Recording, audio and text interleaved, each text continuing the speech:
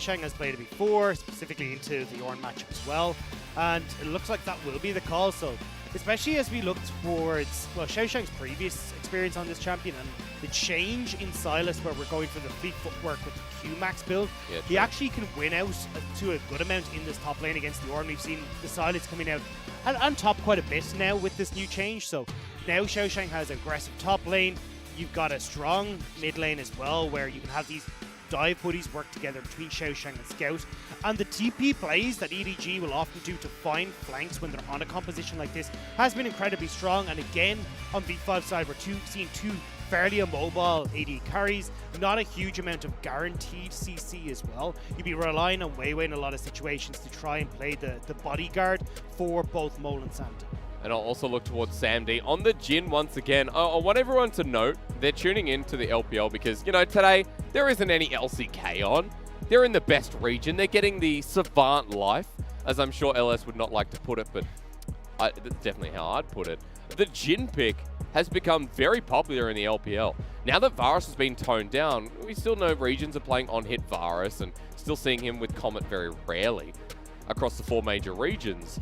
Here in the LPL, Jhin has played more than Varus. That's how prevalent he's been, especially into this Ashe lane. A lot of AD carries have been favoring it. Specifically into this Ashe pick. And it is interesting to see because the Jhin loses out in the lane. Like, Ashe is actually a good counter to Jhin in lane. It is more for when you get out of lane and you're able to play far back. You've got a bit of poke and a bit of engaging yourself with the Deadly Flourish. You can sometimes answer for the Enchanted Crystal Arrow, but definitely having the curtain call to play far back, provide that long range shots, makes it a lot easier to play this AD carry, and then you can try and come in when those fights are kind of dissuading or falling apart. I just love that we've got a bottom lane from both teams that have a lot of poke capabilities, right? Like, we've got a lot of range engage follow-up here. Jungle influence does seem quite interesting to me. Here from V5 and EDG as we jump onto Summoner's Rift. And guys, remember, V5 need this series win. I told you at the start of the show, it doesn't matter if it's a 2-0 or a 2-1. A series win here and then against Rogue Warriors will guarantee them into top 4. The team that was 0-16 in spring and got one individual game win from LNG. That's how bad they were in spring. They hold the record. They literally hold the record for the worst team in the LPL. They are the Jhin Air Green Wings of the LPL, except they got better in summer and didn't get relegated. We laugh at LCK because we are we're arrogant. Yes. Yeah? Is that what we are? I mean, look, when you've got 2 trophies in the last 2 years, and then you're looking to add a third. I love how we say we. Gets to it. Yeah. Look, and then me personally, I've been heavily involved in this process. You know, coming over for 8 months. Whatever. Do you understand? LPL. If LPL doesn't win Worlds this year, we look like absolute fools. Look, you know? Everyone thinks I'm a fool anyway. So no, they don't. No, that's me, bro. Hey, after game 1, they think that's me. Again, a nice little reset here. I'm glad we have different compositions running forward, and we're already seeing how ppgod is playing out with this Karma, the poke that comes through early, as Meiko didn't start with Cosmic Binding, the Temperate Shrine, what's it called? The Caretaker Shrine. Yeah, there we go. As while we are looking at that bottom lane with the early trading, we should be tracking junglers here. It does feel like a game where jungle influence is going to be crucial. Jiejie is on the bottom side clearing up from his blue, while it is a blue start on the top side for Weiwei. So opposite sides of the map to rear their heads in. And the first gank will be where we start tracking them further. Well, it looks like anyway for the moment that Biubiu is going to try and crash in this wave top side. So I'd be surprised if Jiejie can get a gank off that's up on the top lane. And with Weiwei clearing towards this bottom side, it looks more so about trying to make sure that Weiwei can get himself that Scuttle Crab on bot lane. But this Volibear has a much faster clear than the Lee Sin. So expect Weiwei to be able to have a bit more influence, especially when it comes to these early plays. Dagder, as I'm about to sneeze, we see the mid wave pushed in and a bit of a ward put over the wall.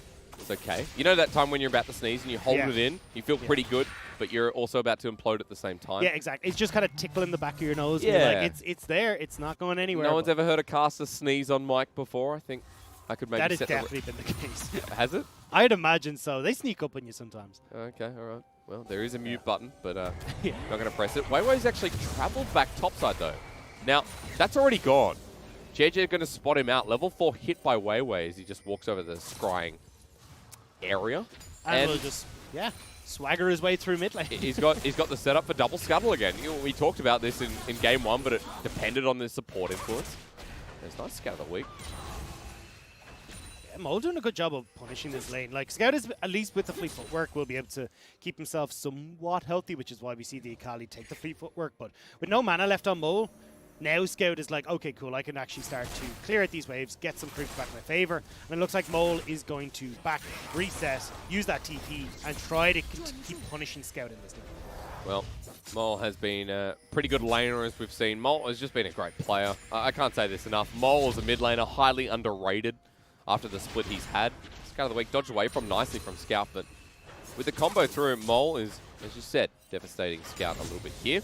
We'll get the shove. Scout does have TP though, so even if this wave crashes in, he can clear it and then back. Jiejie does need to come across though to... Oh, hang on. Ornn. Okay. Jiejie does need to come across though and give Scout a little bit of help here because, as you can see... Oi! It's not solo kill time, but it's pretty close. Pot used in the nick of time. Scout will now back. And this should be the wave pushing in. TP forced out and maybe turret plating for Mole. Scout has to be careful. Needs to be very careful. Just trying to see if you can get a little bit more go. Oh, Mole. Well, yeah. This is the third time's the charm, as they say. But it does mean, look, Scout has missed out on a bit of CS there. You can see a 6 CS lead, so essentially an entire wave for Mole when it comes to the CS lead. So nice job by Mole to keep this going. But here we talked about Jiejie wanting to get involved and see if he can help out. Well, looks like he's starting to move. Oh, nice little deadly flourish to follow through. Guardian is proc, but Sam D has the 4th shot ready, fires it into Meiko right in the booty. And the thing is, from this bottom lane, the poke is just hard to deal with. Mole might be in a no man's land though. Sorry, I know we're kind of looking at Go on bot, top. but I'm not sure where Mole... hasn't got a huge amount of mana. And Scout is following for a little bit. Maybe enough for Scout of the week that needs to land the knock up here with Searing Charge. Perfectly done. Wow. That's all the mana you need, Dagda. Well played. Yeah, just needed enough for a Dark Sphere, and that's all she wrote. But Jiejie will try and answer now with this Ocean Drake on the bottom side. But already V5 getting off to these early plays and get some gold into the hands of Mole. So now that we have first blood on a Syndra, no doubt, on Mole's best champion alongside his Zoe, things can start rolling off the ground for V5. EDG, their trade is going to be towards this dragon to kick the game off.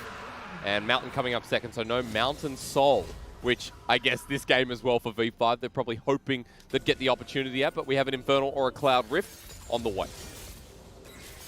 So as we start to go into this game, we got to look at when all these guys come online, right? Because when you look at EDG, we talked about how they are definitely the ones that want to be finding flanks into these fights, especially when you've got like the likes of Akali, Xiaoxiang on the Sylas as well. Although Xiaoxiang can do a reasonably good job of setting himself up for these scraps because he can nick away the Call of the Forge God, some of the, or even the ultimate from Weiwei as well. As I say that. Might be called out. Stormbringer's stolen away when Weiwei doesn't have his own one, used by Xiaoxiang to relaunch. Scout picks up the kill, caught out in transition towards the Scuttlecrab. And now JJ is going to try and come over. Mole needs to be careful. Looks like EDG will find a pick and run back. Yep. The pick goes to Scout. Both mid laners now have a bit of gold in their back pocket as well, Dagda. So pretty crucial. Weiwei also didn't have flash from that topside ganker. Samdi in a bit of trouble with a low mana bar. 4th shot available. Flies through the magical journey as Biubiu TPs to save his bottom laner. This is still a bit messy for V5 though. They haven't been able to get this early game rolling as cleanly as they would like, and looks like maybe the JJ on this bottom side. On this top side, I'm still curious about this bottom lane. Well, the Forge God used on Hope. He has flash available, burns it to get near the turret. Meiko comes back into lane, but Sam D is not killable. Xiaoxiang has been up in this top lane completely solo though this entire time.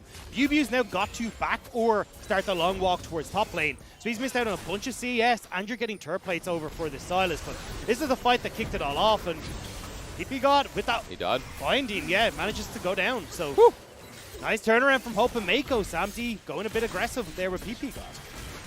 For all said and done, another kill over to EDG. I apologize for missing that one, but the kill does go over to Meiko. And a gold lead here in the early game for EDG. Exactly. This is coming from those kills, coming from the turret plates and that gold experience. Like, you've got a 10 CS lead now for Xiaoxiang in this top lane because Biubiu spent so long in this bot side. Things are getting spammed down to Dagda. Almost caught you, Dad. As Jiejie and Xiaoxiang are on the wing. Now, Jiejie's going to be spotted out, so V5 are actually backing. Plus, we get the bonus of seeing the gold value of the Hawk shot on Ashe once again that we've talked about many times in the LPL. SamD's moved up to the top side for this, so at 8 minutes, everyone coming in. Biubiu's going to be spotted out in a ward in transition. He doesn't have TP, he doesn't have ulti. SamD, through rotation, doesn't want to get caught out. Abscond abducted, Chan across the arrow, flashed away from Curtain Call, stolen for the last tick of damage that doesn't connect. Now, a couple ultis down for EDG. They have to get out. Tempered Fate used to stop SamD. Scout rolling in as well. Scout of the week does do exactly that as Scout on top of ppgod, who gets Shuriken flip to the face. V5 have low health bars. Scout once again. This Karma will die, and over the wall. Scout connects the final mark. Weiwei tagged to ult out in the end, and EDG have just taken everything with V5 able to do nothing. And Biubiu was far too late to this party. As you said, he was down on that bottom side, no TP available. Xiaoxiang is willing to stay on this top side, says, we will trade a turret plate bot onto an Ornn for a big fight. They get the big fight, they get the Rift Herald, and EDG are really looking to take this series against V5. And this is why you always talk about Scout within a series at some point, because Scout is that good old faithful mid laner who's never fallen out of the top 6. Great performance so far in this game as Biubiu just walks in. He's decided he's really going to play the cosplay of Ornn.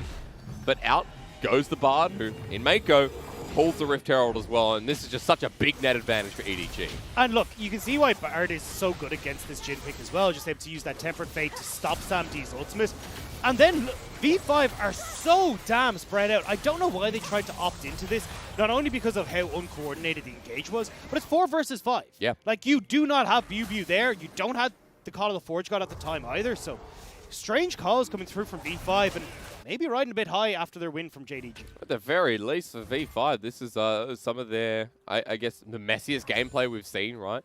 We looked at them versus, was it IG, I believe, where we saw one of their silly games as well. Suning was another good example.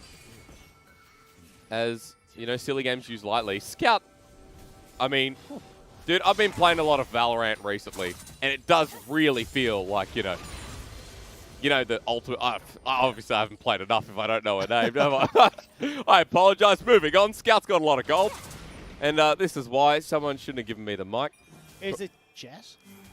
No, Jet's the other one.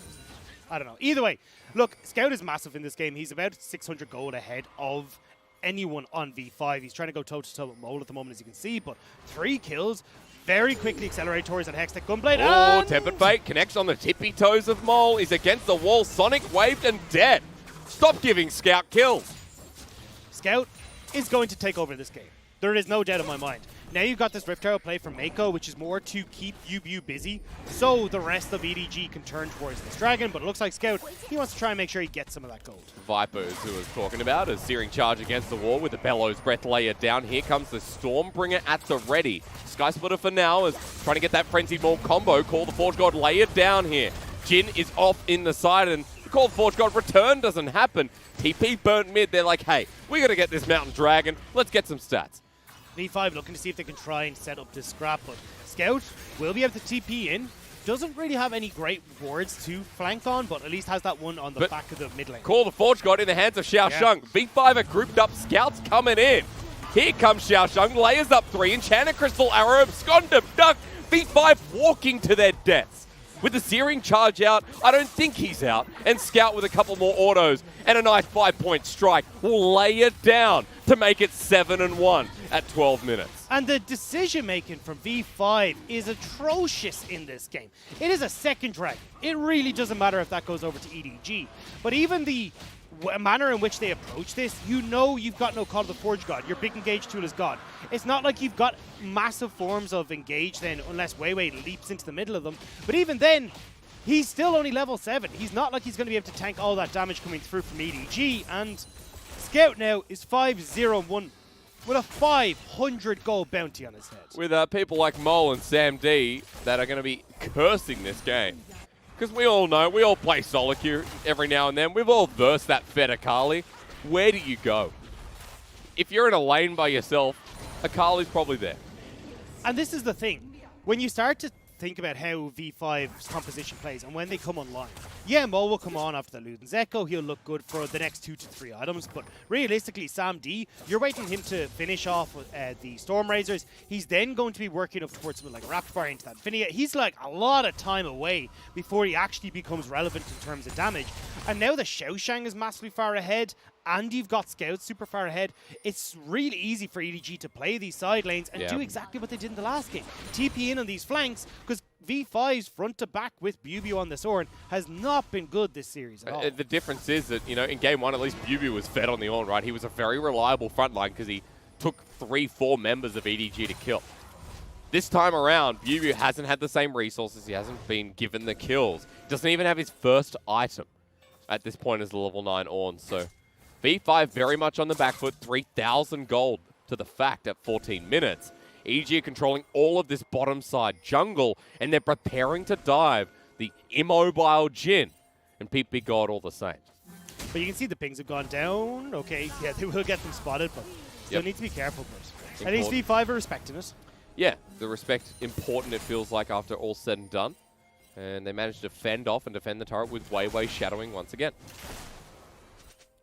But again, this is kind of just buying a little bit more time for EDG, where they are getting some poke damage, they're getting control of the enemy jungle, they're getting a kill onto Mo. Magical Journey, Tempered Fate gets the 2-for-1 package, but now Biubiu's ultimate layers down through the mid lane, but no follow-up. The disengage ulti burn. And Mole now sticking around to wave clearers, and Chanacross the arrows flying through, searing charge away. Sonic Wave does still connect. The Bellows Breath unable to be channeled after that. It comes through, Jiejie saves it, and he's just dead again.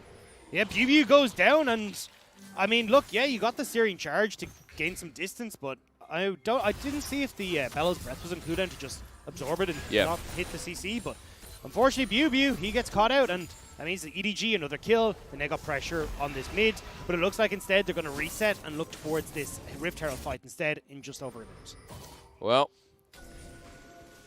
the clock, you'd say, is ticking a little bit. We've got a Cloud Soul on the Rift. At the very least, if you're the team behind, you're saying that's okay, especially since V5 can pull up to 40% ult CDR, which again for their team would be great. You say that, but look at the composition from EDG. Yeah. Like, Scout with that speed up is going to be super strong. Hope as well, Meiko being able to reposition. Even Jiejie to a certain extent in helping him get that Dragon's Rage and then be able to... no, you didn't see that miss kick. It's fine. They missed Sonic Wave, but Jiejie being able to like reposition as well after getting an insect play. Like, it's not... It's pretty substantial, even for Xiaoxiang as well. Again, like, you know, Jiejie can have amazing moments in the series and he can miss a Q onto a pretty stable target, right? It's the complexities of Jiejie as a jungler. Everyone knows how small the Rift Herald hitbox is. Yeah. It is tiny. Like, I think it's actually the smallest one in the game, besides maybe like a Teemo Shroom, so Agreed. I can't really blame it. I think at this point you just got to say, like, Jiejie, keep it up. You know, whatever up may be. V5 positioning around the bottom side, maybe ready for the dive onto Xiaoxiang, who can steal away Wei's ulti. That's a crazy thing as well with Cloud Soul. Stealing the Volibear ulti, or even the Karma ulti, because remember with Karma ulti on Sylas, you press R and then you get one of the 3 abilities that she has. So the Mantra would be pretty nice. Yeah. The Inspire, sorry, which is the shield. Yeah, it could be really, really good. And look, especially as we already said, looking at Cloud Soul, EDG can look to threaten that pretty aggressively. But the thing is as well, when it is a Cloud Soul like this, you don't have a big issue of, hey, we're going to let 1 or 2 of these go and play through these side lanes a little bit more, like we saw them do in game number 1. Sure. And then start to have Scout ramp up a bit more gold. Xiaoxiang can start to work on these bottom lane structures as well. Like, EDG have so many options in this game about how they want to approach things, and looks like Jiejie is going to pop down this Rift Herald mid and try and crack open the first turret of the game. Xiaoxiang's going to go back to bottom. Scout's just hovering on top, so at the very least crack this open and then back away for the 3rd dragon of the game. And more gold into EDG. They're almost at 5,000 at 18 minutes of the game, and for V5 you feel like at this point something amazing has to happen so that they come back into this one, as it might be Mole, might be Weiwei who's spotted out. Ashe paying dividends once again. I'm going to back away now on this bottom side. Well, let's see. Call the Forge God stolen away, but Biubiu does absorb a lot of the damage. Meiko walking into blind vision, over the wall, taken, slam dunk by Wei to make sure that they trade the dragon somewhat. They do get something back, and now you can have multiple members of V5 try and congregate around this top side, get the turret. You can see Sam D slowly but surely making his way up there as well. So Scout does have to be careful.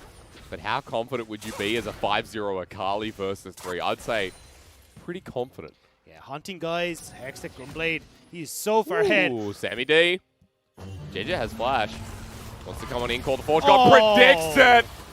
Oh yeah! Inject that into my veins. That feels great. As Weiwei's coming in over, Jiejie now might be caught out himself. The bear rolls towards him, flashes away from Scatter the Weak. And that was just beautiful. That was so well played from Xiaoxiang. And now EDG, once again, they are in the driver's seat so beautifully. 3 dragons, 9-2, a 5,000 gold lead. Like, where is this EDG? Where has he been? And why is it here now? Why do we get it now? Jhin needs to be careful, but yeah, this is heartbreaking. This is what I wanted to see from EDG throughout the split, not just at the end of it.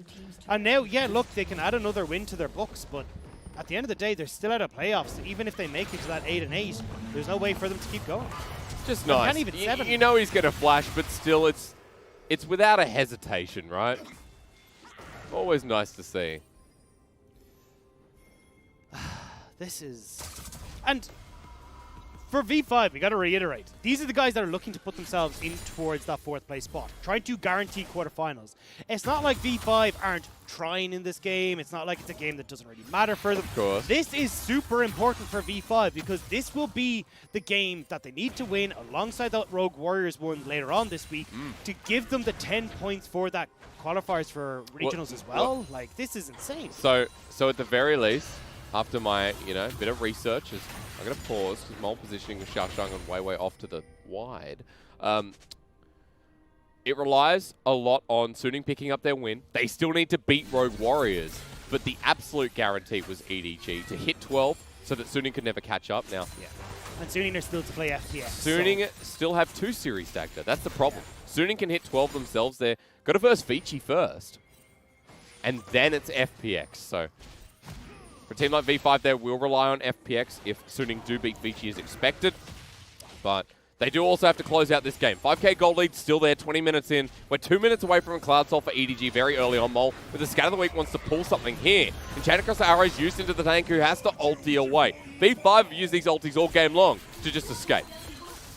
And now you got Jiejie who's going to push in, steal away this red. V5 still looking to threaten though. He's flashing over. Here comes TP as well from V5. Tempered Fate used onto the backline of Sam D. Scout just picks up the first kill. Goes into the Shroud. Invisible is he. While Jiejie runs on forward. And that's all EDG do. Going forward is in their name. And they've just slaughtered V5 in that fight. They can turn towards this Baron. It's 21 minutes into the game. And it's a clean ace from EDG. Everybody has pretty much gap closed. Thanks to the Bard as well. They'll walk forward into this Baron. Look at the bloody scores. 4-1-3, 2-0-10, 7-0-5. You got support hope in this game as well at 0-0-10. Like, EDG are playing this beautifully. And Victory 5 look like they're the ones that have been knocked out of playoffs. I mean, V5, just as a clarification, they are guaranteed in playoffs, but in this form, to make regionals is difficult. As V5 want to pick them off after the fact, Hope is actually going to be taken down. A pick from V5 after Baron is good. But Xiaoxiang delaying time while Meiko and Jiejie are re-engaging. Sonic Wave doesn't connect. Scout is on the wing as well. V5 are getting buried low. And the problem is, if this Akali comes in and it's only her, she can just take it all. Doesn't matter. Fight done again. EDG with another partial ace. And now they get the perfect back timing as well to go towards Dragon. You've still got multiple seconds before V5 respawn, and EDG will easily net this Cloud Soul for themselves. And V5 go into this fight with Sam D. Well, this is the first fight where they try and make this play happen. Again, Meiko shutting down Sam D with the curtain call. And you don't have the damage here. And again, I don't understand why V5 are consistently trying to make these plays. You still have Sam D trying to ramp up. Uh-oh. Someone made a boo-boo. Well, he's just dead. He's searing charge to nothing. And everyone else from EDG's like, let me at him. And look, this game was put in the toaster. Have you ever tried putting a corn thin? Like a corn into the toaster? What's a corn? Well, the little round circular, they're made out of corn. Or they're made out of rice, like rice cakes. Oh, rice cakes. Yeah. The corn thins are the same, made out of corn. if you put that in the toaster, as I found out when I was 8 years old, they actually burn straight away and the fire starts rising from the toaster. And that's how you lost your first house, is that? Yeah. When I was 8 years old, apparently I also owned a house. The biggest thing is, don't put those in the toaster. All right, B5 right now, they're the corn thin, they're on fire. And EDG, they're the ones sitting there going, you know what, I'm not going to unplug it, let's just let it burn. Let's just see what happens here. Well, I mean, look, for EDG, it's been a fairly successful experiment as there's the pick. Tampered Fate could net and seal the deal, call the ppgod. Meiko flashes away, Hope really unscathed as forward they go with Xiaoxiang with a Volibear ulti onto 2 turrets. And EDG dive from here with Scout absolutely destroying. Shuriken flips away, survives from the unleashed power. This game, well and truly sorted. 22-3. More than it was, 14,000 gold lead. This is unbeatable. Oh, B5. You know what? I'm just going to say it. They got absolutely spanked. 22-3, a 25-minute win. And B5 are normally the teams that win at this point. But EDG put on a bit of a slobber knocker for us here today. And EDG, we